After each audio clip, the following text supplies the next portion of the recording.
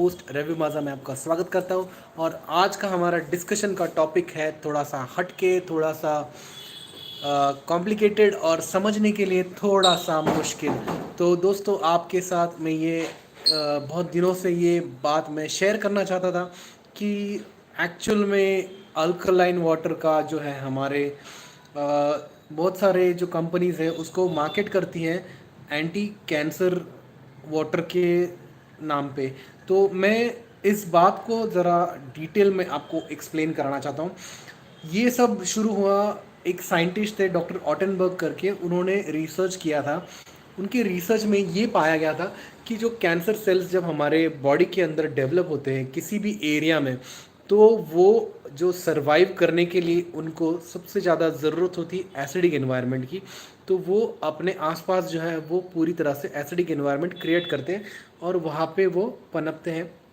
जो normal sales है वो जो है हेल्दी सेल्स जो है वो एसिडिक एनवायरनमेंट में नहीं पनप पाते।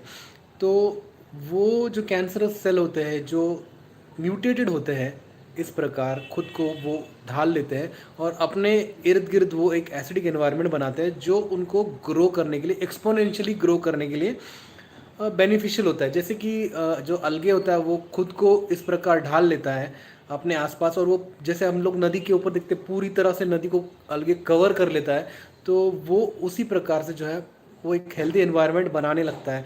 सेम वे जो है कैंसरस सेल भी सर्वाइव करने के लिए हमारे बॉडी में वैसा एक एनवायरनमेंट क्रिएट करते हैं। तो अगर बेसिकली हमारा जो ब्लड होता है उसका पीएच होता है 7.5।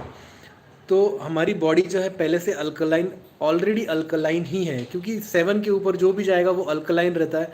हम लोग जो पानी पीते हैं, जो पुराने ज़माने में जो लोग पानी पीते थे वो झरने का पानी होता था, नदी का पानी होता था, वो होता था अल्कलाइन। जो बारिश का पानी होता है वो एसिडिक होता है। जो हमने एक रिसर्च किया था, हमने जो एक एक्सपेरिमेंट किया था उसमें हमने वो प्रूव भी किया था कि बारिश का पानी एसिडिक होता है। लेकिन जब वो झरनों में से पत्थरों में से आता है, हमारे पास आता है, तो वो अल्कलाइन हो जाता है। लेकिन अभी क्या है, हमारे पास में पानी झरनों से तो आता नहीं, हमारे पास पानी आता है पाइपलाइन से। तो पाइपलाइन को बचाने के लिए जो है कॉरपोरेशन जो है उसके अंदर जो है सोडियम बाइकार्बोनेट या जो भी सोडा डालते जिससे वो अल्कलाइन बन जाता है। तो उसके वजह से उनको आपके लाइफ से कोई लेना देना नहीं है, उनको उनके जो पाइपलाइंस है वो नहीं सड़ने चाहिए, इसलिए वो उसे अल्कलाइन बनाते हैं। लेकिन फिर भी जो है पानी के साथ में फ्लोराइड्स और जो आर्सेनिक वो सब है वो मिक्स होके आपको पानी मिलता है।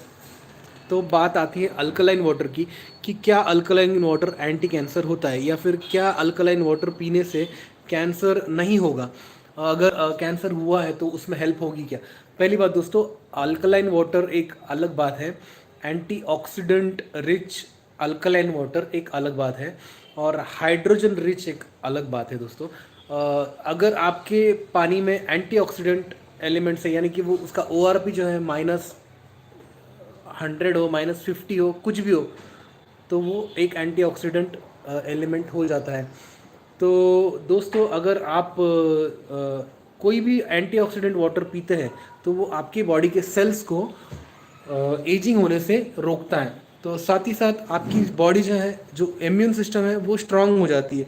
तो इसमें कैंसर का रोल कैसा होता है, कैंसर के जो पेशेंट्स होते हैं उनको केमोथेरेपी के दौरान गुजरना पड़ता है, और भी बहुत सारे रेडिएशन थेरेपी के दौरान गुजरना पड़ता है। उनके सेल्स जो है वो बहुत वीक हो जाते हैं ये सब ट्रीटमेंट्स के दौरान। तो जिससे क्या होता है, उनके सेल्स जो है पहले से ही बहुत ही वीक होते हैं, मरते रहते हैं। अगर आप एंटीऑक्सीडेंट रिच वाटर पिएंगे तो वो सेल्स जो है उनका जो एजिंग है वो स्लो हो जाता है, यानी कि आपका जो सेल है उसकी लाइफ बढ़ जाती है, और वो केमोथेरेपी और इसके जो साइड इफ़ेक्ट्स है उसको वो कम कर देता है। दूसरी बात, हाइड्रोजन आपके पानी में होना बहुत ज़रूरी, यानी कि सिर्फ अल्कलाइन पानी पीना ज़रूरी नहीं है दोस्तों, उसके साथ एंटीऑक्सीडेंट ORP माइनस होना चाहिए, और उसके साथ आपको हाइड्रोजन मिलना बहुत ज़रूरी। बिकॉज हाइड्रोजन ही एक ऐसा एलिमेंट है जो कैंसर सेल्स के साथ लड़ सकता है और उनको एक्सपोनेंशियली ग्रो होने से रोक सकता है। और दोस्तों, हाइड्रोजन बेसिकली आपके बॉडी में जो है फ्री रेडिकल्स जो होते हैं, ऑक्सीजन जो होता है, फ्री रेडिकलाइजिंग ऑक्सीजन या फिर ऑक्सीडाइजिंग एजेंट्स होते हैं, उनको वो बॉडी से निकाल देता है।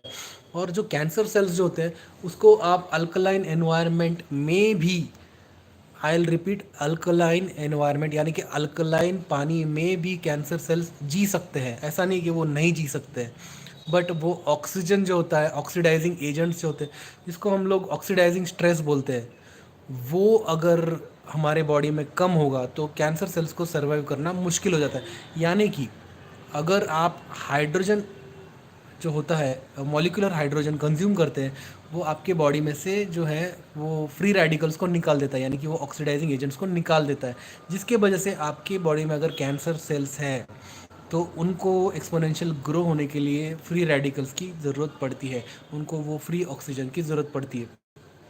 डॉक्टर ऑटेनबर्ग ने यही कहा था, उन्होंने ये नहीं कहा था कि अल्कलाइन एनवायरनमेंट में ही जो है कैंसर सेल्स सर्वाइव नहीं कर सकते। ये बिल्कुल गलत है। अल्कलाइन एनवायरनमेंट में भी कैंसर सेल्स सर्वाइव कर सकते हैं, लेकिन उनको अगर ऑक्सीजन नहीं मिलेगा, जो फ्री रेडिकल ऑक्सीजन है वो नहीं मिलेगा, तो वो सर्वाइव नहीं कर सकते। तो वो आपका जो हीलिंग जो है वो काफ़ी हद तक बढ़ सकता है। आपको मैं हमेशा कहता हूँ, जैसे जो भी ब्रांडेड कंपनीज़ हैं वो अल्कलाइन वाटर के नाम से मार्केट कर रहे हैं, सारी दुनिया में अब अल्कलाइन वाटर का फैड चल रहा है। लेकिन आपको अगर कोई ऐसा, खुदा ना खास्ता किसी को ऐसा प्रॉब्लम फेस करना पड़े, कैंसर वैंसर किसी को हो, ऐसा तो मैं किसी को अगर जिसको कोई सफ़र कर रहा है तो वो अगर एंटीऑक्सीडेंट यानी कि हाइड्रोजन रिच वाटर लेगा तो उसको बेनिफिट होगा, सिर्फ अल्कलाइन पानी से बेनिफिट नहीं होगा। तो दोस्तों ये बहुत ज़रूरी है। आप अगर कोई भी अल्कलाइन आयोनाइज़र यूज़ करते होंगे तो उसको, पानी को तुरंत कंज्यूम करना बहुत ज़रूरी है, क्योंकि तुरंत कंज्यूम करेंगे तो ही हाइड्रोजन उसमें से आपको मिलेगा। अगर आप जो मशीन ख़रीद रहे हैं, अगर आप कैंगन वाटर ख़रीदते हैं, कैंगन वाटर जो है उसका K8 मशीन है, वो बताया जाता है सबसे ज़्यादा हाइड्रोजन प्रोड्यूस करने वाला मशीन है।